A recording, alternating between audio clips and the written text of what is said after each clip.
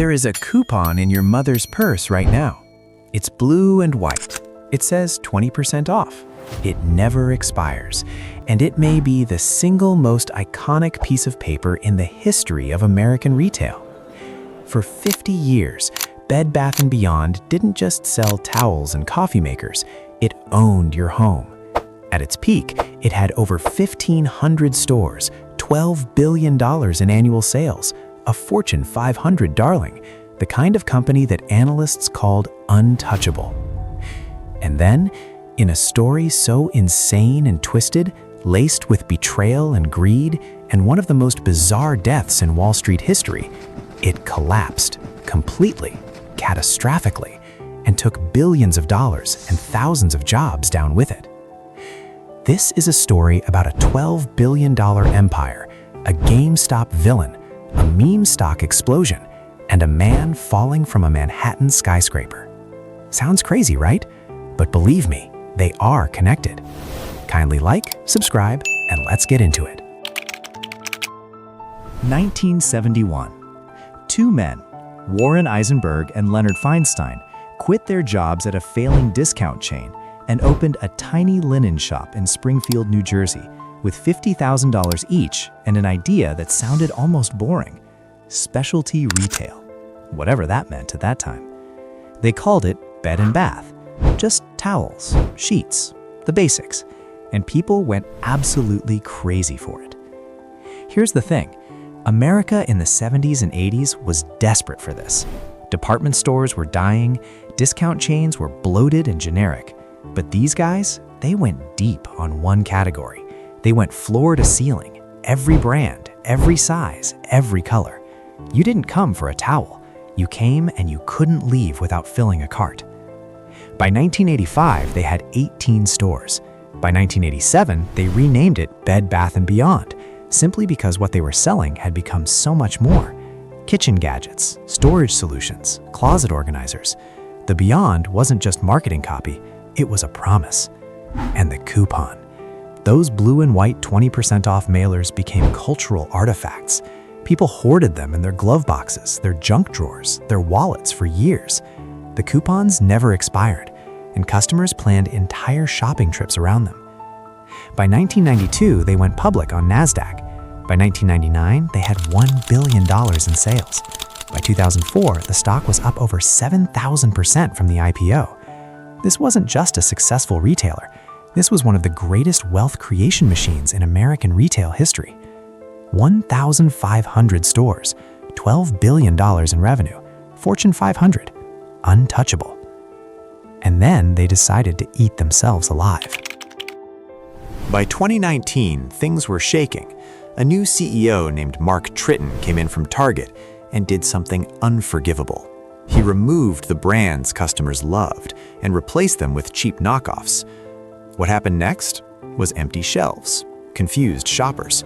The store that once had everything suddenly felt like it had nothing. Sales cratered. The stock dropped below $5. Analysts wrote its obituary. And then, out of nowhere, a savior appeared. His name was Ryan Cohen. You might know that name from GameStop, the guy who helped turn a dying video game retailer into the most explosive meme stock in Wall Street history and made nearly $1 billion off that single trade.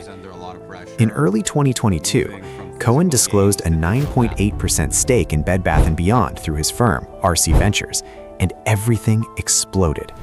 Reddit's Wall Street Bets, the same army of retail traders who'd launched the GameStop rocket, went berserk. Cohen was their guy, their legend, buying into Bed Bath & Beyond. If he was in, he must see something. The stock went from $4 to $30 in weeks. Social media was on fire. Business press called it a turnaround story. Cohen publicly pushed the company to spin off its baby products division, Bye Bye Baby, for billions. There were letters to the board. There were demands. The narrative was clean. Activist investor rides in, saves struggling giant, everyone wins.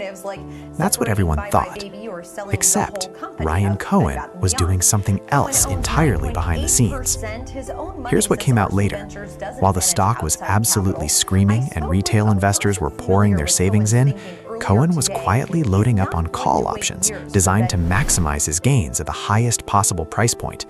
And then, when the stock hit its peak in August 2022, Ryan Cohen sold everything in 48 hours. $130 million gone. He didn't announce it. He didn't warn anyone. He just left. The stock crashed 40% the next day, then another 43% the day after that. The retail investors who'd followed him in and bet their savings on his conviction were obliterated. A class action lawsuit was filed almost immediately, accusing Cohen of running a pump and dump scheme. The SEC began investigating, and the company that was supposed to be saved by his involvement was now in free fall. But wait, that's not even the most insane part of the story. September 2nd, 2022. Gustavo Arnal, the CFO of Bed Bath & Beyond, fell to his death from the 18th floor of the Jenga building in New York City. He was 52 years old. The New York City medical examiner ruled it a suicide. Arnal had joined Bed Bath & Beyond in 2020, coming from a decorated career at Procter & Gamble, Walgreens, and Avon. By all accounts, he was sharp, experienced, and respected. But in the weeks before his death, he had been through a shitstorm. The company had just reported a $385 million loss. The stock was in total collapse after Cohen's exit.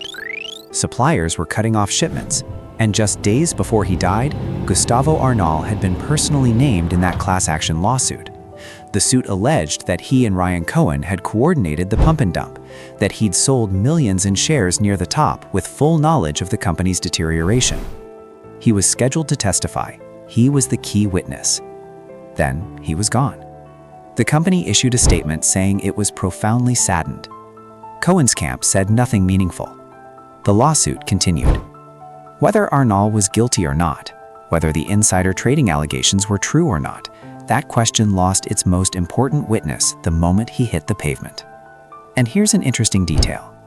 The investigation found that in the months leading up to the collapse, the company had authorized over $12 billion in share buybacks over nearly 2 decades, money that went back to shareholders instead of being invested in the business, in e-commerce, in the future. The same JP Morgan that executed hundreds of millions of those buybacks later issued the default notice that pushed the company toward bankruptcy. The bank that helped drain the patient was also the one that pulled the plug. What was left of the company after all that? Not much. In September 2022, Bed Bath & Beyond announced it was closing 150 stores and cutting 20% of its corporate workforce. Suppliers, terrified the company couldn't pay them, started refusing to ship product. Stores that were already struggling became ghost towns. The turnaround plans came one after another. Emergency financing, new CEOs, restructuring deals. A last-ditch stock offering in February 2023 that tried to raise over $1 billion in desperate dilution. Nothing worked. Comparable store sales had fallen 31% year over year. Digital sales were down 33%. The brand that once defined American home retail couldn't sell a throw pillow to save its life. On April 23, 2023, Bed Bath & Beyond filed for Chapter 11 bankruptcy. 1,500 stores, gone. 65,000 jobs, gone. A $12 billion empire, gone. The bankruptcy wasn't a reorganization. It was a liquidation. Everything sold off. The name, the brand, the customer data, purchased by Overstock.com for just $21.5 million. $21.5 million. For a company that once generated that much in a single afternoon of coupons. Common shareholders, the everyday people who believed in the brand, who held the stock, received zero. Nothing. Their shares canceled. The secured creditors, the institutional lenders, the professionals who charged $19.9 million in bankruptcy fees, they got paid. The people who drove the collapse largely walked away. Bed Bath & Beyond didn't die because it was a bad company. It died because everyone around it treated a beloved institution like a financial instrument.